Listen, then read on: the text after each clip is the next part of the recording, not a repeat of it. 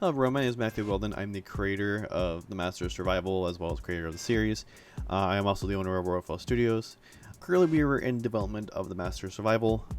We are currently in alpha and we're working on getting the beta and final versions done for the game. I wanted to go ahead and start like a devlog series.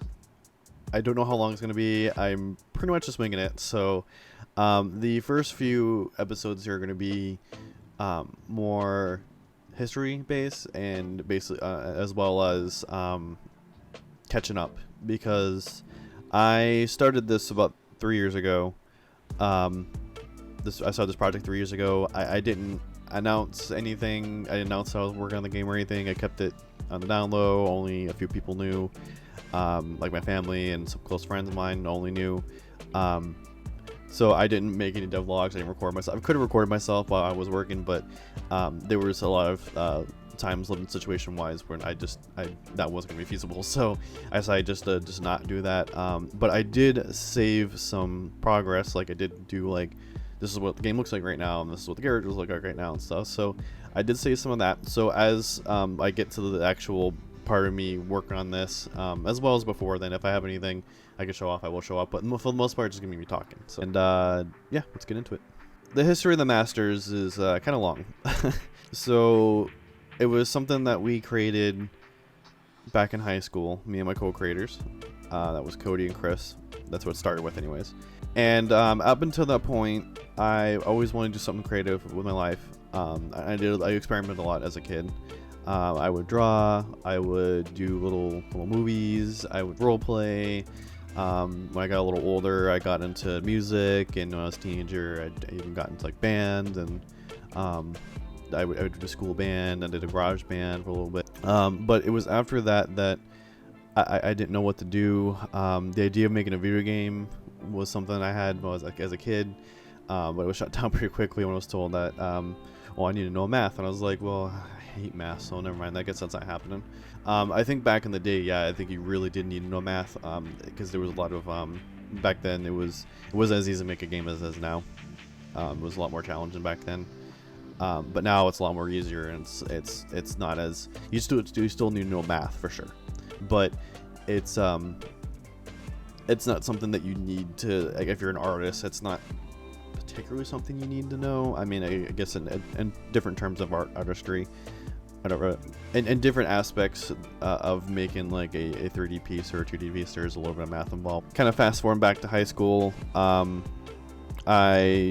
idea of getting into games kind of got my head again, and so at the same time I learned that there was an opportunity to go to a tech school where I can learn how to make art for video games, and I was like, oh, that's perfect.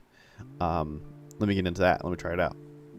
So I did that. I managed to get the enough credits in high school to be able to do that. So, and then so I went, and I instantly fell in love. Like, it was something I really wanted to do. Like, it became a passion of mine really quick at that point. So my friends were there too. My co-creators were there with me.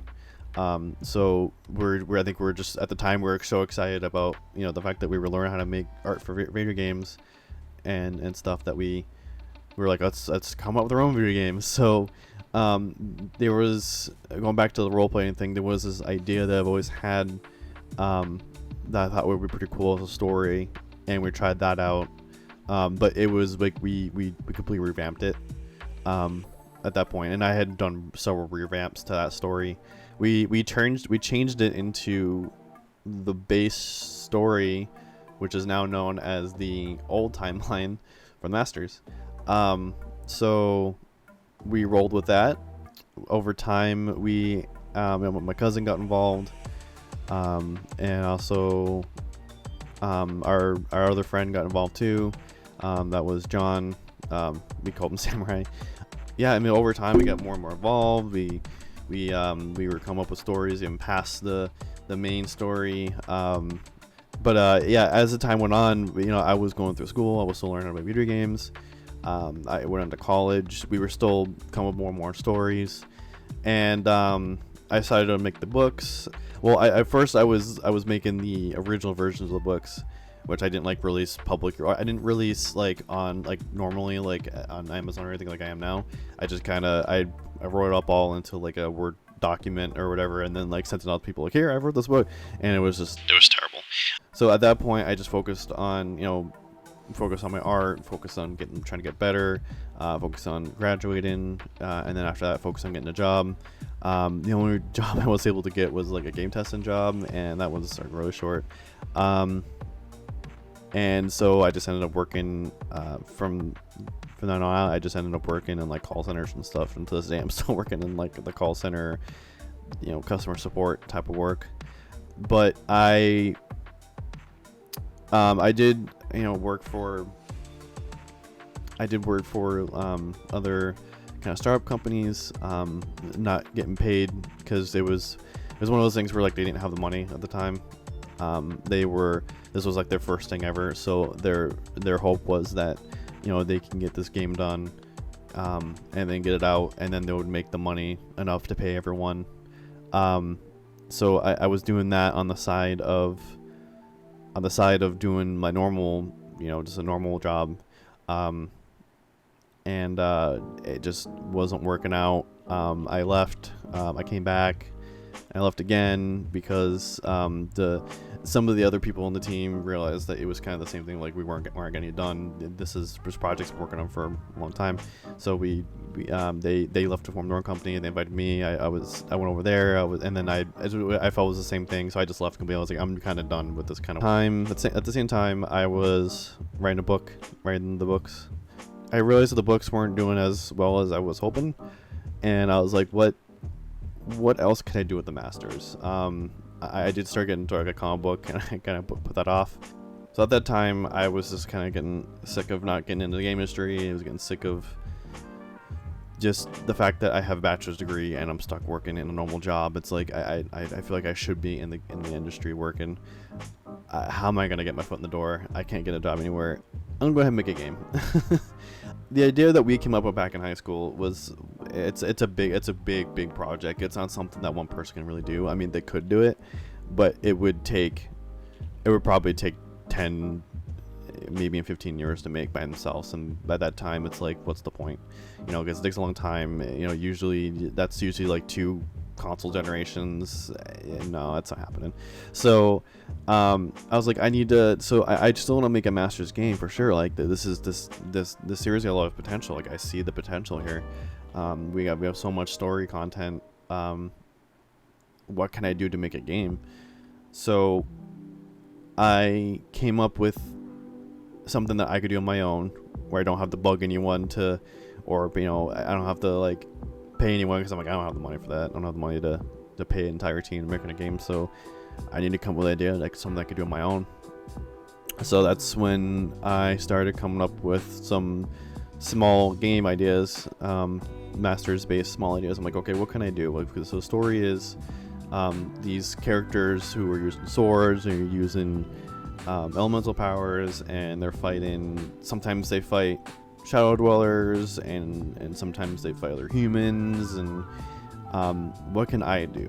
What can I make this small game interesting?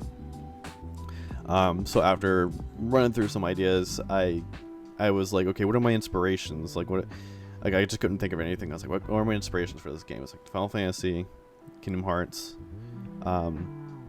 Dynasty Warriors, or just Warriors in general. It's like Hyrule Warriors even. And that's just like game wise, also story wise. There's also some Dragon Ball Z in there, Bleach. So I was like, okay, I need something. So they're using swords. I need maybe like a hack and slash kind of game. Okay, maybe like a beat 'em up. No. And I was like, well, hold on. Dynasty Warriors, a Dynasty Warriors game, you're fighting a bunch of enemies at once, right? What if I did something similar to that? So then I came with the idea of having like a top-down game. I was like, let's do a top-down game where you fight multiple enemies, like a survival kind of game. And I was like, ooh, I like that. And I think actually, to be honest, I think Metal Gear Survival, whatever it is, kind of helped me out with that a little bit too. With the idea, just basically, you're this character from the Metal Gear series in this like alternate like dimension or whatever, and you're fighting these zombies and you're just kind of trying to survive the waves and stuff. So like I like that idea, but I want to do it top down. So so the next thing I did was start coming up with the game document, writing it down. Like, okay, so what am I gonna do? Who's this character you're gonna play as? I was like, I think I should do Tana, because Tana is the character that a lot of people are associating with the series right now. I think that'll be a good choice for people who are reading the books, anyways. I was like, okay, so obviously then it takes place around the time of the book. Obviously, I can't do it before the book, so it has to be after the book. And I was like, okay. So at the time too, I think I was writing the Masters or Specs origin story. Whatever I did around this time period. I was like, wait, hold on, what a little before? I don't know. My brain was trying to figure out where to place it. At the same time, I was like, well, At the same time, I was trying to come up with just the game itself. Like, I just want this to be. This is how I want this to be. But my brain was just like, my story brain was like, when does it take place? Like, when does it take place canonically? Because like, I hate when things just are kind of made and they don't take consideration of the actual story itself. So, so I came up with the idea of having a top-down hack and slash game where you're surviving multiple waves of enemies, and you're in this room, and enemies are just constantly coming at you, and you're just trying to survive as long as you can. And that was all the game was supposed to be. So essentially, survival mode. So that's what I worked on. I was like, okay, let me just work on just this. But that's everything for this episode. Thank you so much for watching, guys. If you like this content, go ahead and give this a like. Also, go ahead and subscribe. Hit that bell notification. And there will be more to come for sure. If you want to play this game, you can do so by going to itch.io. It is available for free on there. It is an alpha version. If you have any feedback you'd like to give, you can do so in the comments below on that same page. Or just reach out to me if you know me personally. There is a Kickstarter going on for this as well, so you can go over to Kickstarter. There's a link in the description for that as well. We are getting closer and closer to that being over, so if you can donate any money, that would be great. It helps us with getting the final version of the game more realized than we could without money. So, but thank you so much for watching, guys, and I will see you in the next video.